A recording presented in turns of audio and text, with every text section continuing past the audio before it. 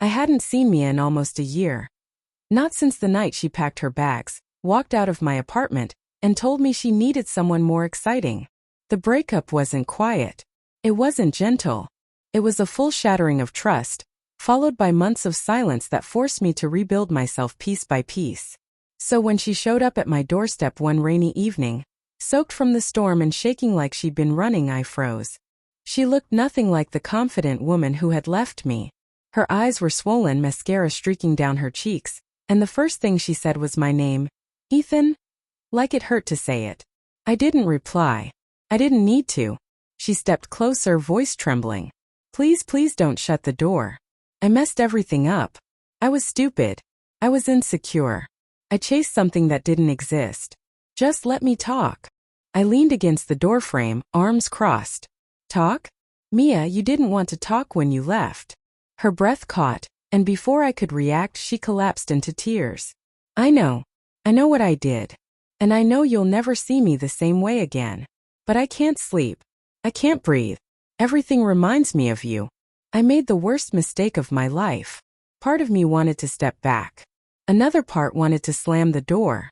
But after everything we'd been through, years of loving, fighting, learning, it was impossible not to feel something. She reached out, barely touching my arm. Ethan, please. Just hear me out.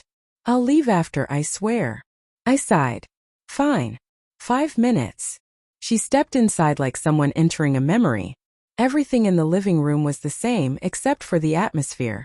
A quiet piece she once ripped apart. She stood there, staring at the photos, the furniture, the walls, as if realizing what she'd thrown away. I should have never left, she whispered. The guy I chose over you? He used me, cheated on me, lied to me, and all I could think was, I destroyed the only real thing I ever had. I didn't respond. Before she could say more, the front door clicked. And my girlfriend, my actual girlfriend, Lily, walked in. She froze. Mia froze. And everything that happened next changed the entire night. Lily stood in the doorway, one eyebrow raised, arms crossed like a shield. Her presence wasn't just unexpected. It was electrifying. Mia's voice faltered, caught somewhere between panic and desperation. Lily, I didn't know you'd be here. I held up a hand. She knows. Mia's jaw dropped. She turned to me, eyes wide, pleading. Ethan, please, you have to understand. I made a mistake. Save it, I said calmly, my voice steady even as my heart raced. This isn't about mistakes anymore. This is about choices. And the choice is already made. But Mia wouldn't let go. She stepped closer to me, grabbing my hand. Please, I'll do anything. I'll change. I'll prove I. Then Lily moved forward. Not aggressively, not angrily, but with a calm intensity that made the room shrink around her. She looked Mia directly in the eyes and smiled. Just slightly, just enough to make her shift uncomfortably. You really thought you could waltz back into his life and just take over? Lily asked softly, the kind of tone that cuts deeper than a shout. Do you even realize how ridiculous that looks? Mia's hands trembled. He's the one I love. Love. Lily echoed, tilting her head, stepping closer. Love doesn't beg, Mia. Love doesn't show up after a year of leaving, expecting a redo. You had your chance and you blew it. I watched Mia's face pale as Lily's words sank in. She opened her mouth to reply, but no sound came out. She stumbled backward slightly, the confident facade she had built around herself cracking in real time. Then Lily did something unexpected. She walked over and stood beside me, arm brushing mine lightly, not possessively, but in a way that made the line between us crystal clear. You might have had him before, she said to Mia. But now? You're just a lesson. And I don't make the same mistakes you do. The shift in energy was instantaneous. Mia's posture collapsed. Her voice, once loud and pleading, became a whisper. Please, Ethan, I can't lose you again. I didn't speak. I just watched her realize that the narrative she had imagined, one where she could just return and erase a year of consequences, was gone. Lily's presence didn't just defend me. It exposed Mia for exactly what she had become. Desperate, regretful, and powerless. And in that moment I knew nothing would ever be the same again. Mia sank into the nearest chair, her shoulders slumping like she had finally accepted defeat.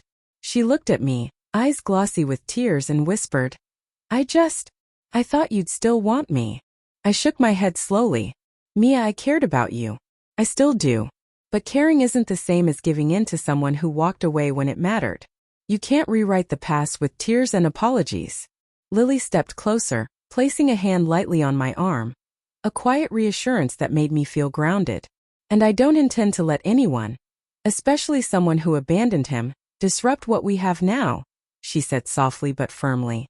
Mia tried to protest, her voice trembling. Ethan, I'll do anything. I'll change everything. You don't get to bargain with me, I interrupted, my voice steady but not unkind. You had your chance. And you chose to walk away. Lily's gaze never wavered from Mia's, and for the first time, Mia seemed to see us as a united front. The power in Lily's presence wasn't aggression. It was certainty, clarity, and unwavering confidence. Mia's confidence, which had always been one of her greatest weapons, had crumbled completely. I'm sorry, Mia said finally, barely audible. I never should have left.